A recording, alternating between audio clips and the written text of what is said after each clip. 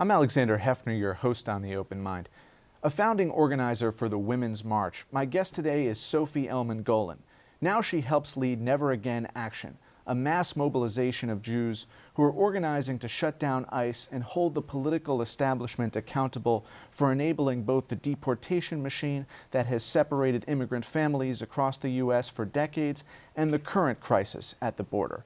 Conservatives purport to defend Jews even as they embrace policies that most Jews deplore.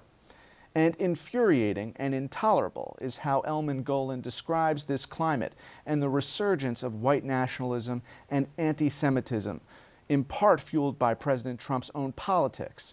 It's imperative that we loudly speak for ourselves, Ellman-Golan told the New York Times, because if we don't, the loudest voices that claim to speak on behalf of Jews will be right-wing evangelical Christians. Welcome, Sophie. A pleasure to have you here. Thank you so much.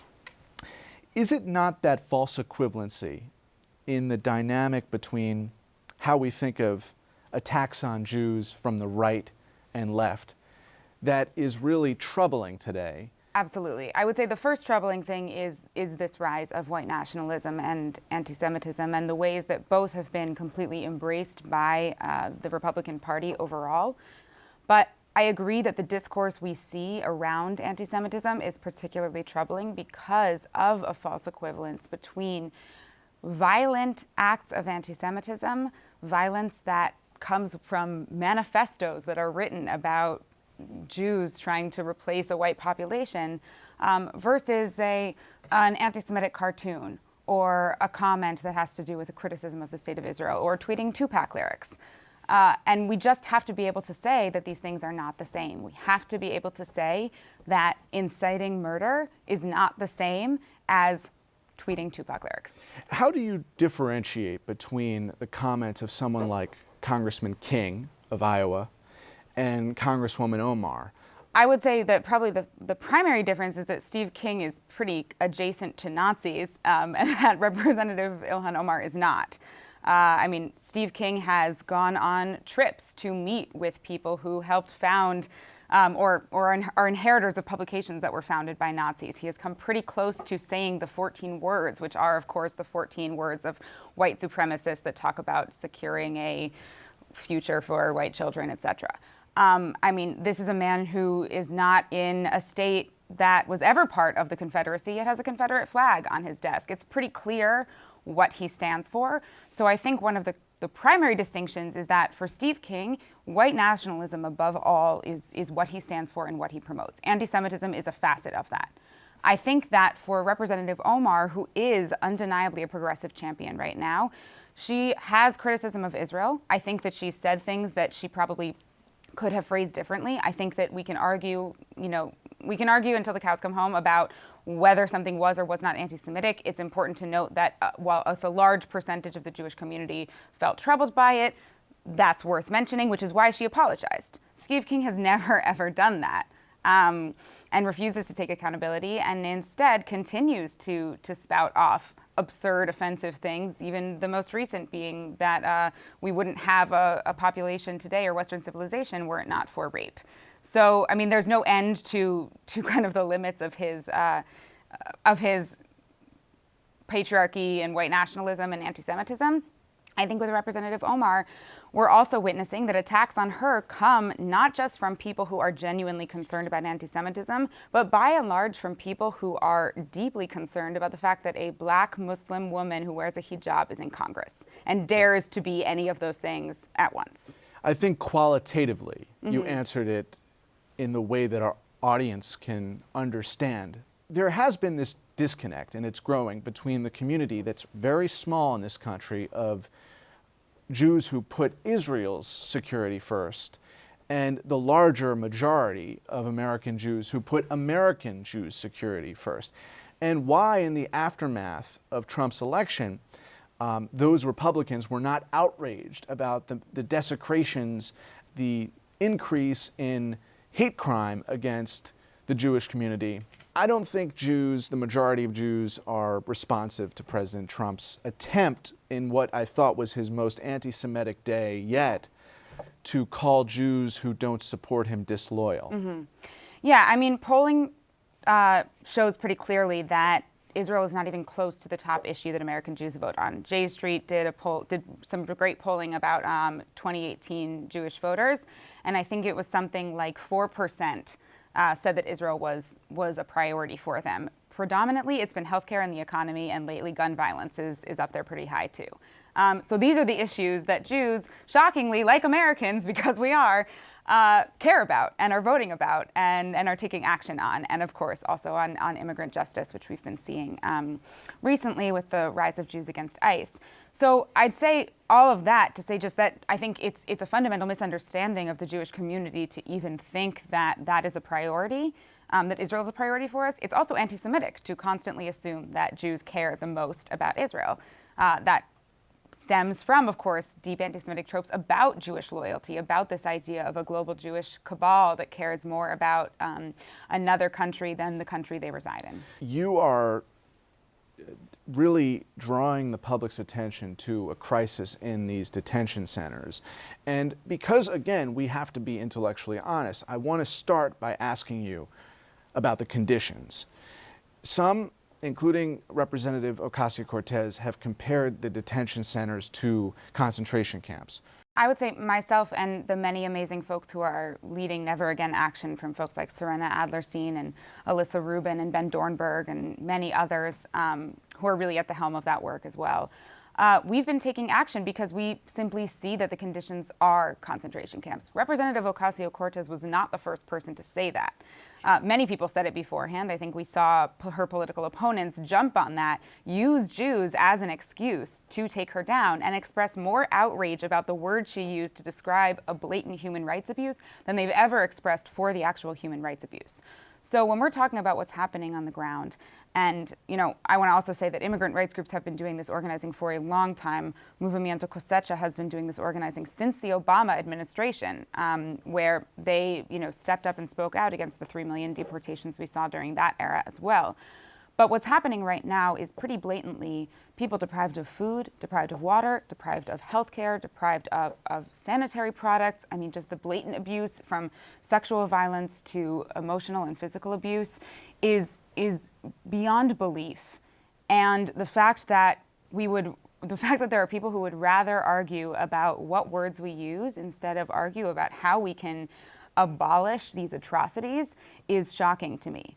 And it's a clear attempt, I think, to deflect away from talking about the conditions. But the other thing that I say is that we should be using the strongest possible words to describe what's happening right now. I do know concentration camps is a strong term to use, and we use it intentionally because we should be using strong language to describe the horrors that are happening on our southern border and at ICE detention centers around the country.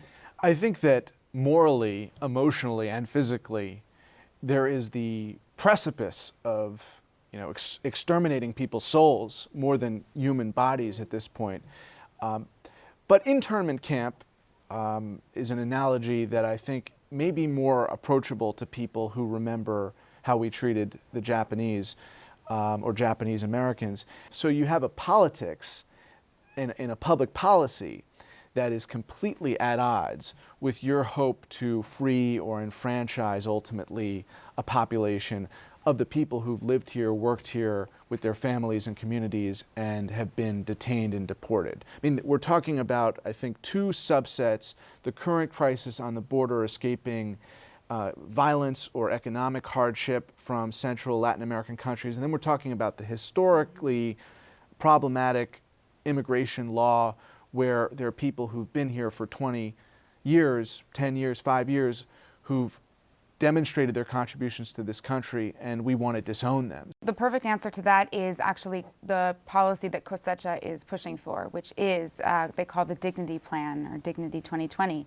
And what that calls for is an immediate end to detention, an end to deportation, and papers for the 11 million undocumented people living in this country. And it's a push, and it might seem to a lot of people like a big one, but I mean, we have been watching the immigrant rights movement try so hard and work tirelessly to fight for dignity, and instead we've seen from our elected officials tiny scraps of gains. I mean, important legislation has passed for sure, but legislation that has separated out families or felons, this idea of good immigrants and bad immigrants.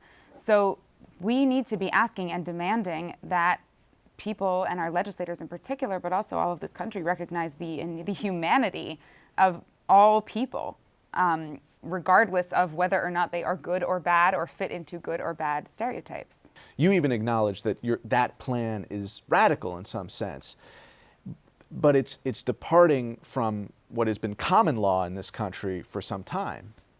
Yeah, I mean, I think, well, first of all, I like radical, so I'll say that. Look, I think that when we have particularly the climate crisis that is just completely changing the way that people can even live on this earth, forcing migration, when we have mass violence that is caused in large part by American foreign policy, or certainly exacerbated by it, I think that just simply the conditions are changing. We are not living in the same world that we were 20 years ago, 40 years ago, 100 years ago. Not only is there more communication between other countries, but also just in terms of what is livable land. So I don't know if it's feasible to act as if we can have the same policies when the land that people can physically live on is literally shrinking. Isn't there a way to have laws defining citizenship and still treat people who are entering here by non-legal means with dignity? I largely feel that it's my role in this broader movement to really follow the lead of and support the work of undocumented activists who are at the forefront of this kind of organizing, and activists from directly affected communities. So I really listen to the folks at Cosecha, at Mi Gente, and other organizations like that, because they're frankly the experts in this issue, not me. And I don't want to present myself as one because I'm not. My area is much more on anti-Semitism and white nationalism, which certainly intersects with what we're seeing right now. What I would say is that, yes, we need to know how many people are in this country for the same reason we need a census, because we need to know how to provide resources to certain areas, and how many people are there, so we know how many dollars we need to allocate for those people, just basic social services requirements. But I would say that I think that what we're watching happening right now is a shrinking of this idea of who is American, a narrowing of who counts as American. We're watching it even with this latest ruling to suggest that Americans who are foreign service agents and have children abroad have to actually apply for citizenship for their children. There is this narrowing, and it's a desire that, frankly, we've seen since Trump first articulated Make America Great Again, a desire to reduce who is American to white, Christian, cis, hetero, predominantly men, and women will be allowed if, those white, cis, hetero women are, do what the nice men tell us to do, right? So I think that that's really the thing that we have to combat. And as we've watched over the past few years, the right pull the center further and further right, we have to pull back. We have to pull back, because otherwise we're watching the center, and we spoke about this earlier, we're watching the center move further and further right. And we're losing ground in that way. So it's actually necessary that we not just say what is wrong and horrible, but that we counterbalance with a vision of what this country truly could be and what community and humanity could really be. Does support for ICE intersect with white nationalism? Yes, in a word, yes. I would say that ICE right now is carrying out a white nationalist project. You mentioned the question of, should people be given citizenship or not? The basic threat that overall immediately needs to be removed is ICE. ICE needs to be abolished, because the constant terror that the 11 million undocumented people in this country are living under, with this constant fear of ICE raids, of ICE detention, of ICE separating their families and abusing people and tearing them apart.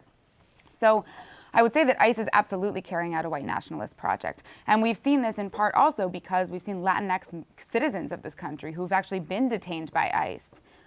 People who have Latinx last names who are being denied passports right now, or forced to jump through extra hoops to prove their citizenship. It's clearly race-based. But let's also go back to the founding of ICE. ICE was established in, I believe, 2003. It was a follow-up to 9/11, and that was when the immigration conversation really shifted from one about basic migration into one about security.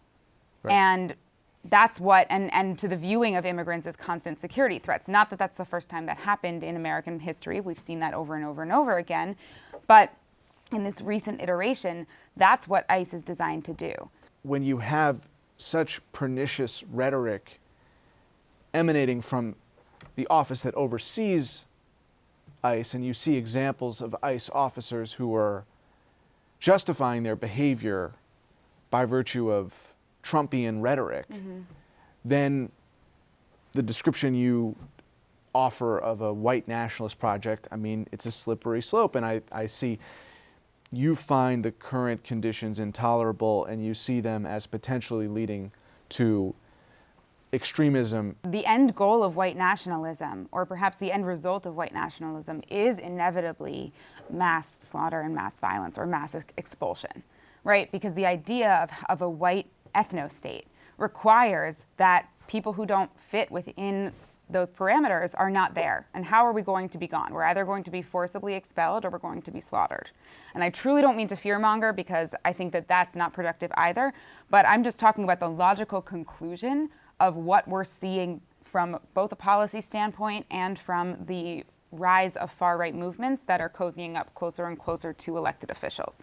There is this disconnect that the Republicans are vouching for Israel and they're claiming the mantle of something in service of gaslighting or something else, to really deflect from the fact that under Trump there is concern about that path to authoritarianism and genocide that you're describing because of the rhetoric, and how incremental or rapid the rhetoric turns into behavior. I know you're so troubled about ICE because that is analogous to the beginnings, or maybe not even beginnings, of violence, race-based violence in this country. Yeah, I mean, I think, look, the RJC is a minority of the Jewish community in this country. I wouldn't say that they're not Jewish, because I think that one thing we're actually witnessing right now is an effort from right-wing Jewish community members to try to delegitimize the Jewishness of left-wing Jews, and I don't want to participate in that either way. So don't get me wrong, Matt Brooks, head of the RJC, is Jewish. His understanding of what it means to be Jewish is radically different than mine, and radically different than about 80% of American Jews in this country. I think that we've seen from the RJC's constant embrace of this president a deep decision to align with white nationalism, and frankly to align with anti-Semitism as well. I mean, we saw back in, I'm trying to remember the month when it was, but Trump spoke to the RJC in Nevada a few months back and referred to Netanyahu, the Prime Minister of Israel, as your Prime Minister, to a room of American Jews. Right? They didn't speak out against this at all. It doesn't actually trouble them at all, because perhaps it either rings true, or to them it speaks to this, his support for Israel, and they accept that as support for Jews. The majority of Jews do not.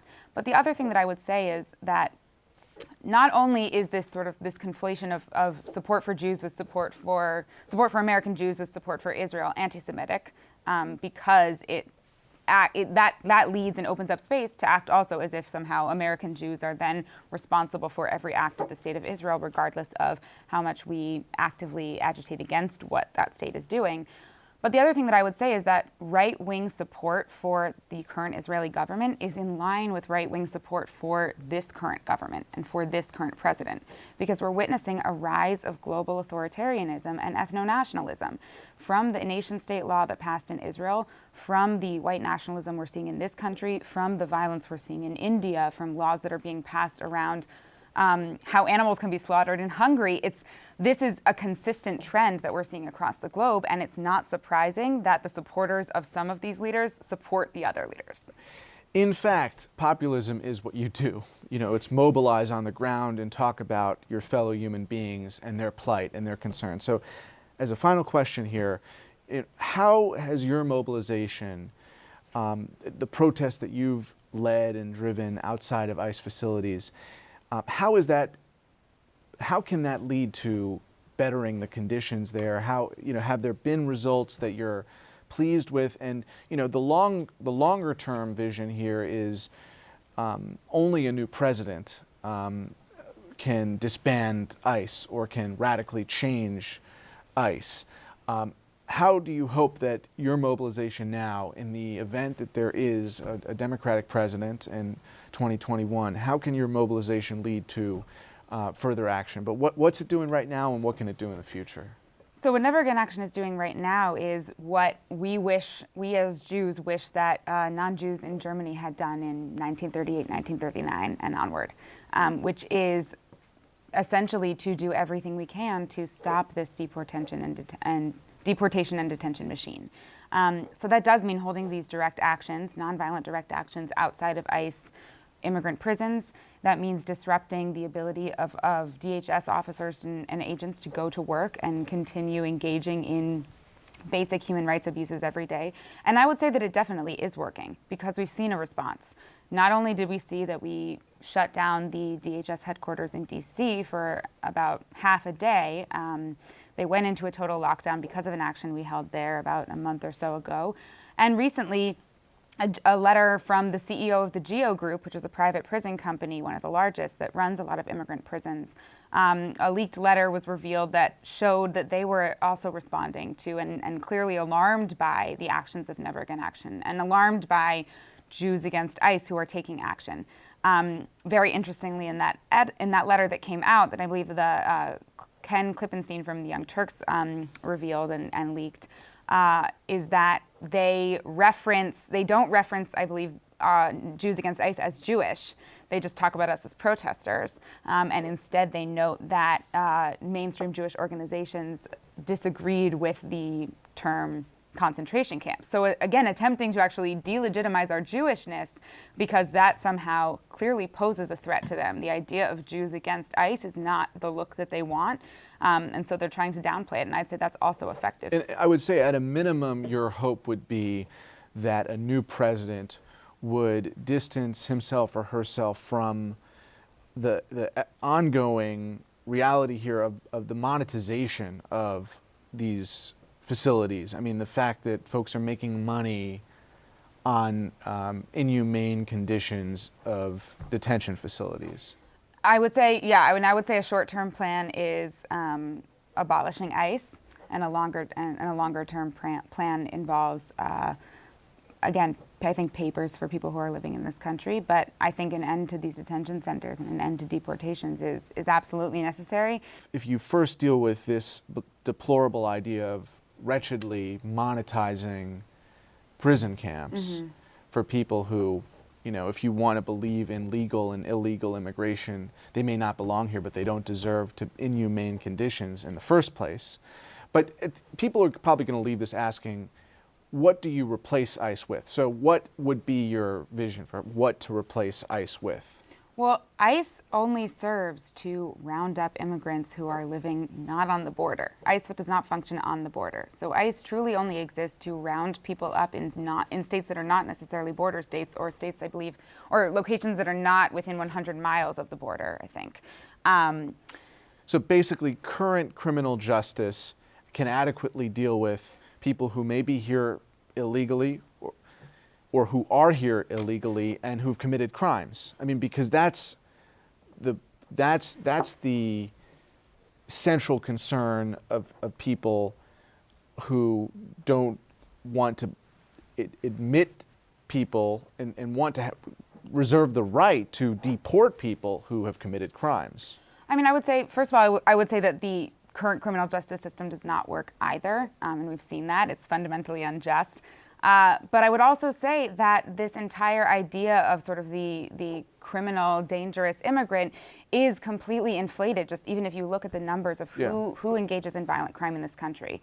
And again, I say this over and over again, when we look at who poses a violent, mortal threat to communities in this country, it's growing white nationalist groups that actually are getting less and less attention. If those Jews who were escaping Nazi Germany or occupied territories were to say, I am crossing this border, and they were fleeing genocide, I don't think today the people who accuse Mexican or Venezuelan American people of illegal immigration, I don't think they would have characterized them as criminals by virtue of illegal immigration. Because in order to escape Nazi Germany, people had to cross borders. I mean, I think the way that Jews are seen today, the way that white Jews are seen today, white Jews fleeing Nazi Germany were that today would not be given the same reception, because I think that white people are not automatically criminalized in the same way that people of color are. That being said, I mean, the St. Louis is a ship that was bringing Jews who were fleeing occupied territories, and it was turned away. Right. So, I think that I think that what we've seen from history is that there will always be people who will find reasons to justify not doing the basic humane things that we know we must do. And that begins with dehumanizing the people who we know we have to help, or at least extend a basic sense of dignity to. So I think that we saw that, frankly, we saw that back in the 30s and 40s, and we're seeing it now. Thank you so much for your time today, Thank Sophie. you. And thanks to you in the audience. I hope you join us again next time for a thoughtful excursion into the world of ideas. Until then, keep an open mind. Please visit the Open Mind website at 13.org/openmind to view this program online or to access other interviews, and do check us out on Twitter and Facebook at OpenMindTV for updates on future programming.